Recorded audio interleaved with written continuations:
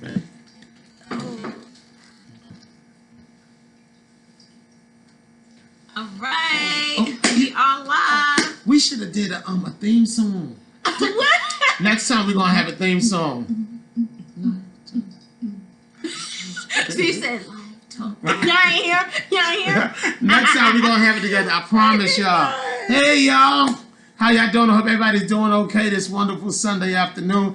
We're here again one more time for another week of live talk. Me, Coach Steve, and She said. Nice. We are so excited to come at you guys again. Thank y'all so much for tuning in with us. We've been really rocking out for the last couple of weeks, and we've been having some excellent, This is week 7. Week 7. God's perfect. No. Okay. God's perfect number 7. Yes, yes. All right. So today we also have a great topic. We're going to talk about this particular topic tonight, and we want your opinions. We want you to get involved. We want you to talk back to us. We appreciate anything anybody has to say. Yeah. So today's topic is favoritism in the family, whether that's your biological family, your church family, your work family.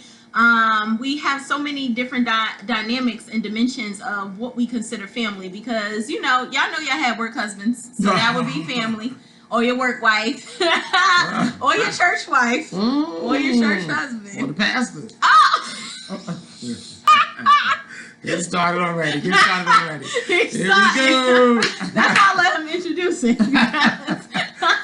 So we want to know what kind of family you have or extended family. So it's not. So we both decided that we don't really haven't had too much favoritism in our personal private families or whatever. So we're gonna extend this to our church family or work family, or even a group of friends that you consider your sisters or your bros from 20 years, and you just see a little inkling of favoritism being shown when it comes to certain things. So which one you want to start off with? I bet you it's church. No,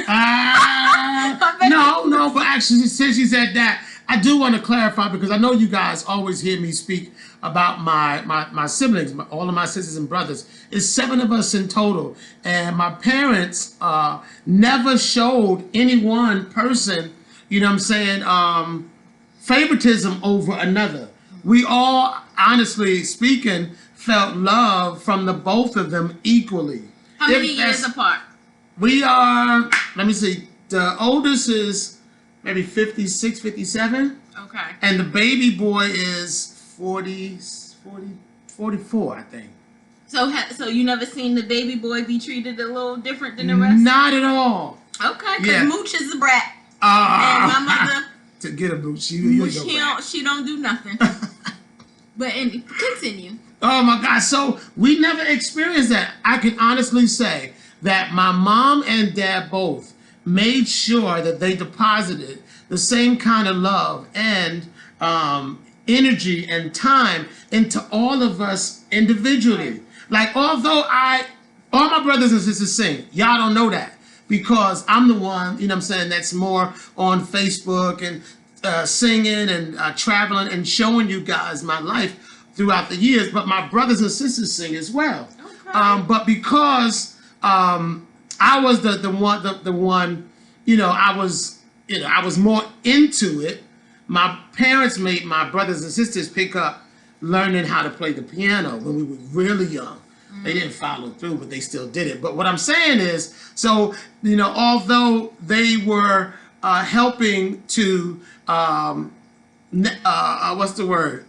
help grow my singing career, they didn't neglect the others. They made sure that they found something for them to do as well, and to put their time and energy into them as well. So it was across the board for us, so. Yes. So I don't think we had time for favoritism. Like, everybody had to kind of chip in and, do stuff. So we really didn't have time to show favoritism to one or the other. But I am one of 9, and 3 being step kids, step siblings or whatever. And I absolutely was showed, they were showed favoritism to me. So every time we would come down for the summer, like an incident my sister, my actual blood sister, told me one time was that my stepmother told my father, if you're not gonna make her do stuff like wash the dishes and stuff like that, then don't tell the other one to wash the dishes and stuff. So it's kind of like, my father had to, I guess, be stern to my sister, but then at the same time, my sister's not here. She was only coming for a month and a half, so it was like, I haven't seen her in 10 months. Like, I'm not gonna be, harsh or whatever. And then, one time my sister, said my stepsister stole a necklace, out of her suitcase. And then, and they basically, the stepmother was like, my daughter don't have to steal nothing from you. But it was only the 4 of them in the house, and this necklace So who else gone. was it? Right. So it was a couple of times where they chose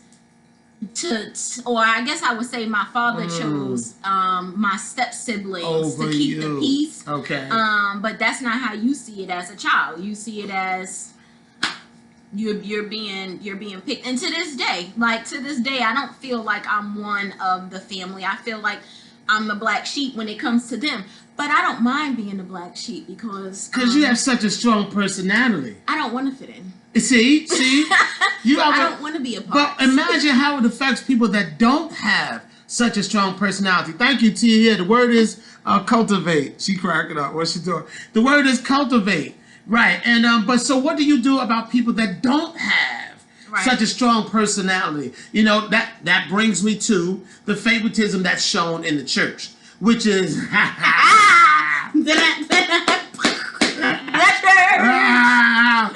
Yes, I know this is your favorite topic, so sit down, take a seat, and let's talk about it. Right. But you know what I'm saying? So it really affects people when one person is selected over the other. But then they'll tell you stuff like, don't be a baby. It's maturing you, it's growing you, or they say stuff like that to kind of.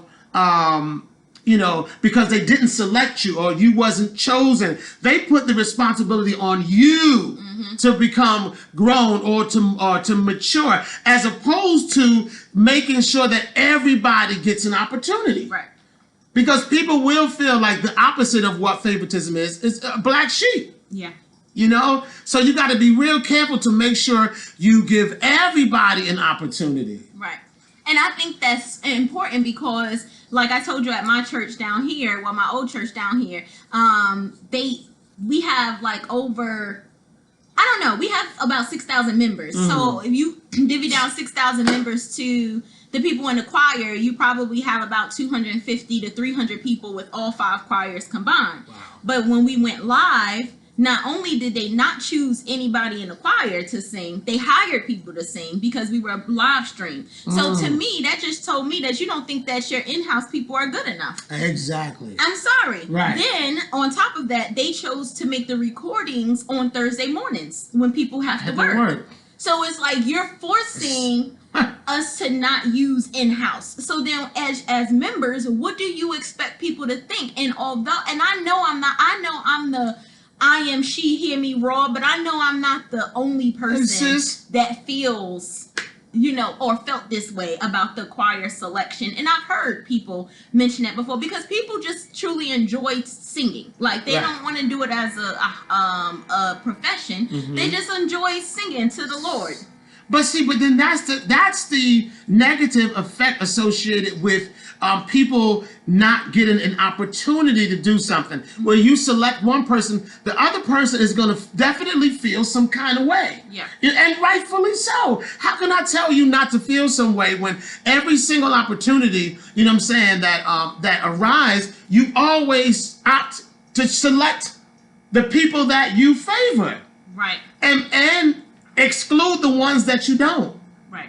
So, it's like, my hey, mother sis. said she wanted to talk the next time we talked about church. Hey, Derek. I was looking for my phone. Oh, right there. Right. I'm sorry. I didn't know we was going to hit like church. Anytime y'all want to come in, come on. We'll bring y'all in. Derek, this is a wise brother. My sister Jocelyn, love you. And Tia, you all are saying stuff. You guys want to come in, we'll bring you onto the live. But that's one thing that happens, with the church. And not just the church. It's not exclusive to the church. It exists in families. It exists on the job. It exists basically wherever you go. So how do you, combat that? How do you deal with that? Because like you said, you have a strong personality, and that strong personality kind of like helps you deal with the rejection, if you will, Right.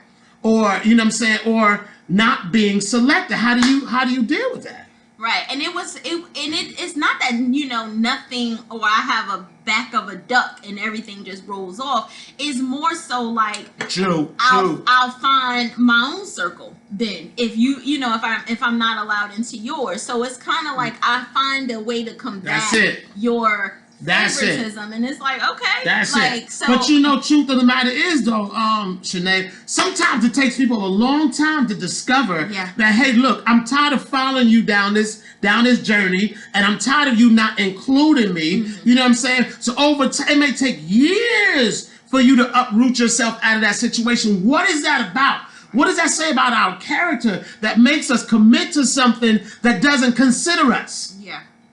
And I'm 33, and I just honestly got to that point where I know I can't. I just got to that point, like, because I always have that question, like we touched on last time. Why don't they want us and in relationships? And it's like that's the same thing in feeling like you're the black sheep or something. Like why y'all want me to join? Why can't I come? Why can't I? And I've learned that. And one of the things someone, because I'm not gonna say who, but someone that I talked to basically was like, we talk about how people don't want the shine to be stolen. So if they are the master of that group or that crew, and you outshine them, no room for nobody else. They don't want you a part of it, and I learned that growing up. It's always people in a crew. You got the prettiest one, you got the ratchet one, you got the one that's ready to fight all the time. You got so if those positions are already taken, then you can't fit. Whether or not you think it's favoritism or not, those slots are already filled. But like you said, especially in the church, you got 365 days out of a year. Yeah. So you can rotate all those individuals. 52 Sundays. There's no reason why you can't rotate, those people. Now, it's okay if you got some people already positioned in those areas, but guess what? If you don't include the others that are coming in, they're going to walk right through the door and be out. Yep. It's a good thing I knew who I was. Right. It was a particular situation I was a part of. I was part of a church. And after being a part of my dad's church, I had started going to another church. This church, they brought me in, but they only used me for solos. I asked, could I sing on the praise team? Got on the praise team, but then I said, I need to sing lead. Them suckers never got back to me. Never got, and I'm dope as hell. I don't know what the hell you did, but I know what I am. Like, you got a problem, not me. Right. So they never got back to me, but it goes to what you said. They already had those positions filled. So my services wasn't needed. But like y'all say in the church, your gift will make room for you. Yeah. But they were preventing my gift from being used. Yeah. So knock it off. I don't care who you are. God couldn't come down and tell me, yo, Steve, stay here because I'm out. Right. Within weeks, because they didn't get back to me, I left within weeks. Right. And that's what I said. So back at my church, and some things I care about saying, and some things I don't. The church, this situation, I don't care. I'll say it. So one of the yes, one with your feet and bounce. I know. I do that. One of the I guess he was not the minister of music, because he wasn't a minister, but the music person, whatever. I'm convinced that this person that was singing all the time, he had to be sleeping with. Now, I'm not the only one to say this, so don't get mad at me, but I am gonna say it now. She sound like bad black sheep. Now, here's the problem. Almost every solo she got. And even the musicians was like, man, I don't know why she did that. And it was like, solo. You gotta be sleeping with this girl, because why else would it be? And I don't know if it was nerves or whatever. I don't know what it was, but she didn't sound. And there was singers that sounded better than her. And his thing was, well, we need to switch it up. Well, why do you keep switching it up with They're her? the same person. So every time you don't give the best singer the song, you switch it up and give her the song. So there needs to be something set up in the church to prevent that from happening. Some kind of, I don't know, group of people that look at stuff like that to make sure that kind of stuff does not happen. Right. Because it will affect the church and affect the people in the church. Oh, see, because it's not enough of me, and I'm not trying to be funny, but I speak up. So many people don't speak up That's for a themselves. whole nother So topic. when I speak up, That's a whole nother topic. I make waves. That's a whole nother topic. So guess what? That person is not over the choir anymore. Right. We're not doing that. We're not Right. going to keep, and especially when you don't even admit that you're showing favoritism, and it's just like, well, this is why, and then you think like I am a King Kong pounding on your chest. No, you will be demoted. Have a seat. But then how much damage does it actually do to that individual? They start to think that they're not good enough.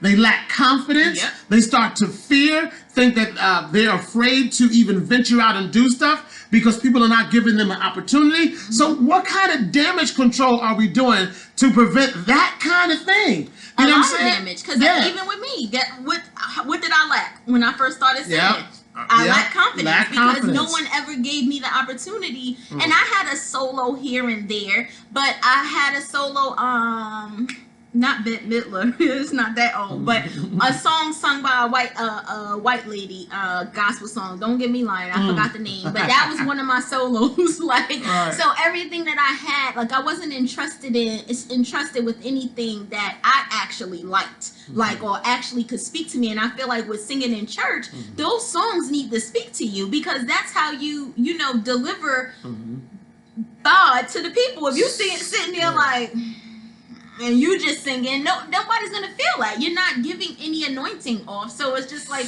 you're just singing. So I don't want to sing songs that I'm just singing in the choir. But I'm gonna be singing in the choir no more. I just have to say, y'all see the light? Y'all see the light on my hair? I don't. No. Oh, I she's see trying to- it. It's nice. Okay, her hair is nice. It's hers. All right. Derek said, or is this about image over substance? That didn't measure up My to the brother- virtue of them being ostracized. That's Yeah. it. The fan black sheep traditionally was the person. Okay, exactly. That's my brother. So is it about substance? Let's go with that one first. I totally agree. A lot of times in these organizations, people are utilized for the wrong reasons. Right. They pick, as you said, the prettiest ones. They pick the prettiest boys and the prettiest girls. Let's be honest. Not in mine. No? Well, no. Because I was the prettiest and I was See, the here we go. I'm just joking, y'all. Here we go. But I'm saying, so certain people are selected for whatever reason. You know what I'm saying? When others are rejected, and that leaves the person that's rejected feeling some kind of way, which is never any good. Right. So like Derek said, it needs to be about substance. It needs to be about your ability and giving everybody that has the ability to do it an opportunity to do it. Yes. And that's not done enough. And I believe that it showed, that favoritism is showed. And that's one of the things when you talk about politics in the church. Oh, you gotta my keep God. that out. And it's Out not, of the church. so since it's not going to be out, then that's just something that I can't be a part of. Yes. Because it's like, who pays the most tithes, who donates the most, who does this, who does that, and that's not fair, because everybody doesn't have the same time on their hand. Not everybody has the same money in their account. So we can't look at the people that get a chance to do stuff, or even and let's take away singing. What about the people that do the scriptures, or come up and do across the prayer, board? or Yeah. anything. Now, why are these people the same people that's chosen all the time? But like you said, so like I know my brother was talking about, from a traditional perspective, he's totally right. And they're, what I'm saying, being in those positions where you're not given the equal opportunity that everyone else experiences because of your money's too short. You don't have as much money as Deacon, so Deacon gets all the opportunities to stand in front of the people and talk to the people because everybody wants to do that. Right. You know what I'm saying? But because your money isn't as great as his, you don't get that opportunity. You're not favored in that way. You're considered a black sheep. And guess what? It affects you. And that thing right there, I promise you, it affects when people reject you and they don't give you an opportunity. It makes you feel some kind of way. So my thing is, whenever you feel that way, it's best for you to either address it or leave. You got to deal with it. Do not sit in a situation a year, 2 years, and 3 years, and they're telling you God is trying to teach you something. God is trying to mature you. Get the hell out of here. No, that's not what it is. That's not what it is. If you know who you are and you know your ability and you know your self-worth, you won't allow a person to box you in to something. And I hope this is not my business, and I'm sorry if you, but this is a good one. When my mom was at one of the churches that she was at, she tried to start a singles ministry, and they told her that it would be better if, say, Jessica started the singles ministry because of people not liking her, and it wouldn't get a good, I guess, basis, or people wouldn't join if they knew that she was the lead of the singles ministry. Right. And but it was her idea. So it was like, well, so you tell me to take my idea. And this is like back in the day, like racism, like people was writing scripts and music and they couldn't sing it, and they had to, if they wanted it to be known, they had to give it to the white man, let the white man produce it, and get whatever they can get from it, because they weren't allowed that. So when she told me that, it pissed. I'm a fighter. Every time my mother tells me something, I'm like, who said that's me? That's me. Because I want to fight. Like, I want to fight now, but not now because I'm 33. Yeah, she can't any of that. She can't at the moment. I'm trying to get I'm gonna elbow you right here. This Bradley Klein, don't come get me because I'm about to elbow him. Mom, every time she told me about somebody bothering her at the church, it just made me so angry, because this is the last place that you should have to experience that kind of stuff. You said, I want to fight because of people doing stuff to your mom at the church. Do y'all hear that? Y'all hear how that sounds? The church is supposed to be the place where... Derek, a gift is only a gift when it's unwrapped, opened, and used. See, that's my man. That's my dude. John, what John say? True, it's a very negative connotation. Yeah, absolutely. We fight for hours. No, don't come fight me, because you gotta come over. She'll probably support you. She'll support you, but she'll support me. No, we love each other. But no, real talk. So it's like, man, the place where you are supposed to show the most love is a place where you feel like you got to protect your mom from. Yep.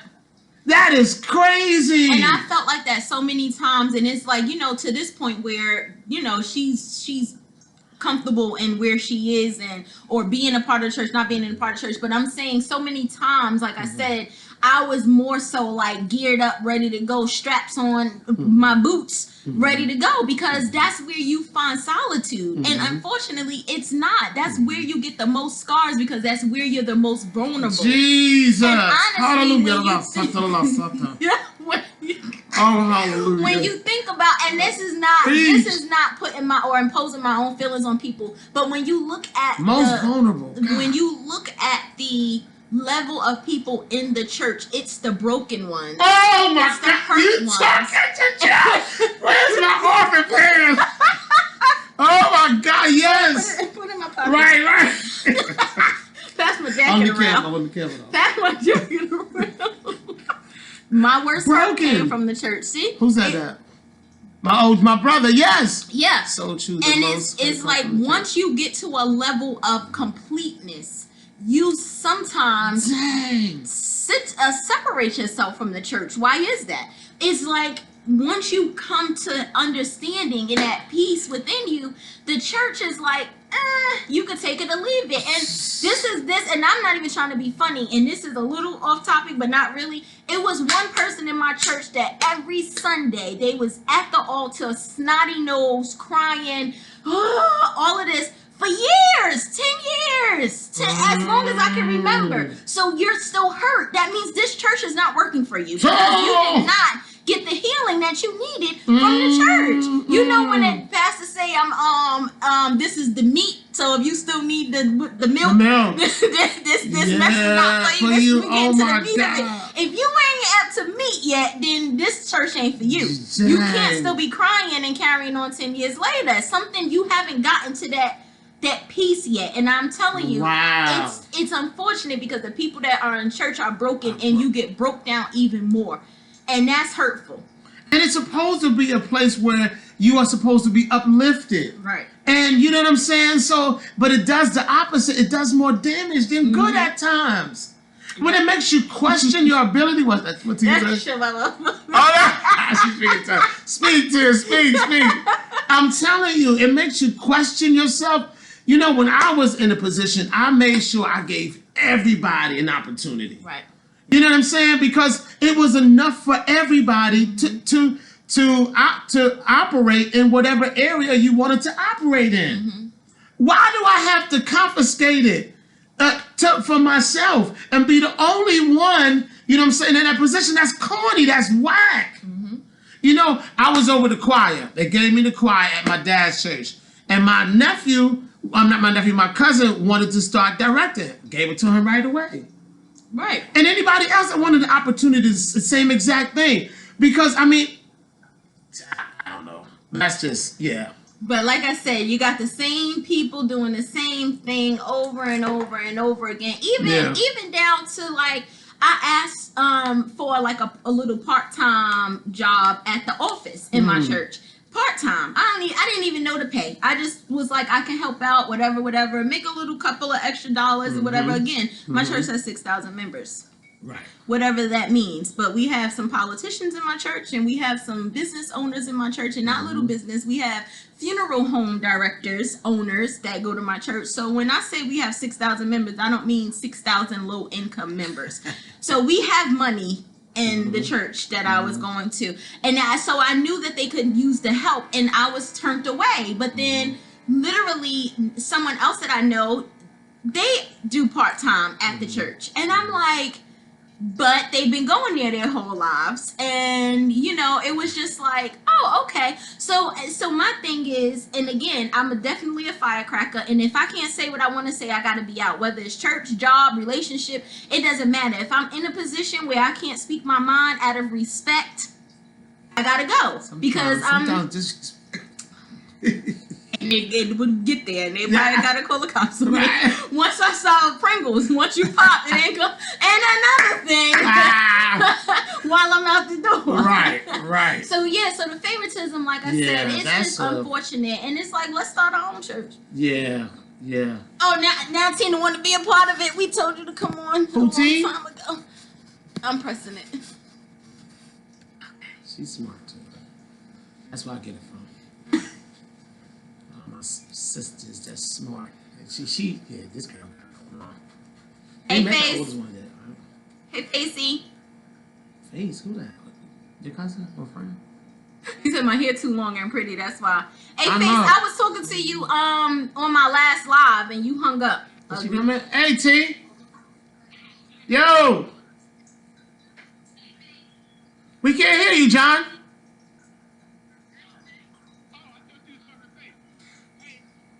We can't hear you. I think maybe that's just our phone. Is it? Because that's the second time somebody called up and couldn't hear. I think I gotta do something.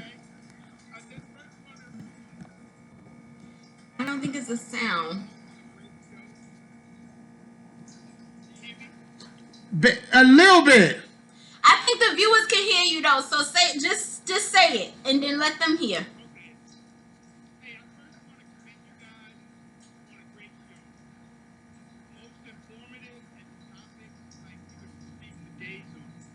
Thank you.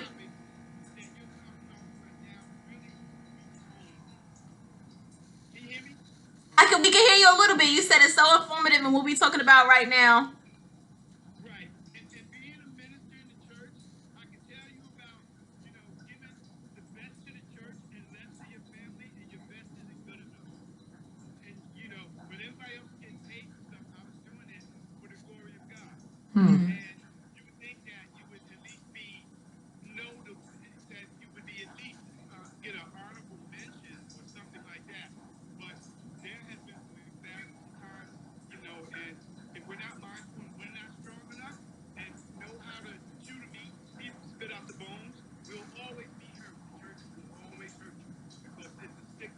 Right.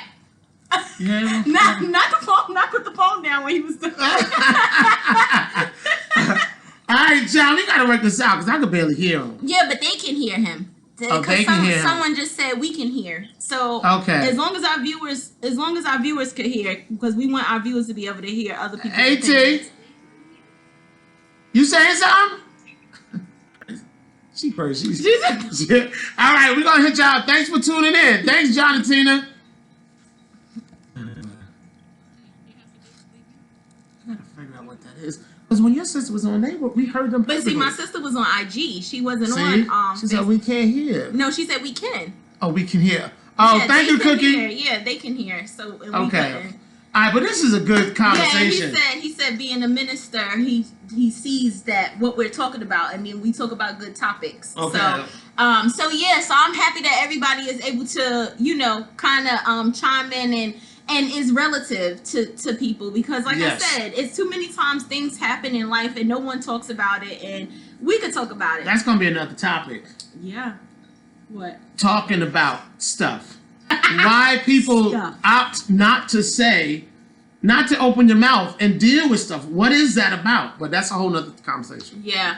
But anybody that knows, like Coach Steve said, get out. If your gifts, and like someone said, if they're not unwrapped, oh, you're broke. Yes, if they're got not unwrapped, then your gift is not being used. And I'm not spending it, just like Christmas. I ain't spending money on it. I ain't buying no money. I'm not spending money. If your gift is not going to be used somewhere, then take it somewhere else where somebody will appreciate it and use it. Yeah. And Don't wait a whole year or 2 years to decide, you know what I'm saying, that it's time for you to uproot yourself and look for another place to go. Don't do that to yourself. Right. And the reality is, you only do that because the church teaches you to do that, because they make you feel like you're the one, you're the problem, and that you need to grow and you need to mature. No, that's not what it is. The reality is, if you are not being used, you got to go to a place where people will give you an opportunity to use your gift. And the same thing with family. If your family can't accept you, then you are not bound by the blood you were born into. You can find and create your own family, like create your own group of people. And honestly, you don't really know who you are until you get about high school, college, when you're really starting to feel and find yourself. And you most of the time sometimes realize that the people that you grew up around is not who you fit in with. Unfortunately, you were just put there for temporary purposes. So you have the ability to go and do your own thing, find your own place and your own peace. And if people don't accept you, even with work, if they don't accept you or they don't appreciate you, and this is the last thing, because I know people watch at my old job, they always did stuff. They always went out, and I had a conversation with somebody, one of my friends who I consider my friend, and I was like, y'all always doing stuff, and y'all don't never tell me, oh, it wasn't at my house, or it wasn't my thing. I don't care. If we work together and I know you and you my friend and we going out for work, I'm telling you. Right. I don't care. And if somebody got something to say, then oh wow, no, he's my friend. We all work together, so I'm not gonna be up here at this restaurant chilling and vibing, and my friend, who is also our coworker, is not here. So we could be talking about it the next day, and he wasn't around, and I'm the friend. Right. So it's like, that's the kind of thing. So it's kind of like whatever. It's favoritism shown everywhere. But like I said, do I care? I don't care. No, it's just that I'm not gonna allow anyone to do me how they want to do me without me saying anything, and then I'm out. Like, do me, baby. I want to take a vote. How many of y'all want to hear us sing together for cause Coach Steve trying to act like he don't want to do the song with me. No. So let's take a vote. I thought she talking about the theme song. We need to do a theme song. No, for our Christmas concert. I'm gonna end up doing it anyway, so it don't matter. Y'all hear me? I asked. Now. All right, guys. Thank you so much. Thank y'all so much for tuning in. What's our topic next week? I forgot. It's gonna be on you, right? It's a team effort. Either way, we'll let you guys know. All right, and remember, we're still on live until we press the actual finish, because you be popping up. Don't say nothing crazy. Okay. Bye, guys. Yeah, have a great night. Get my chicken out.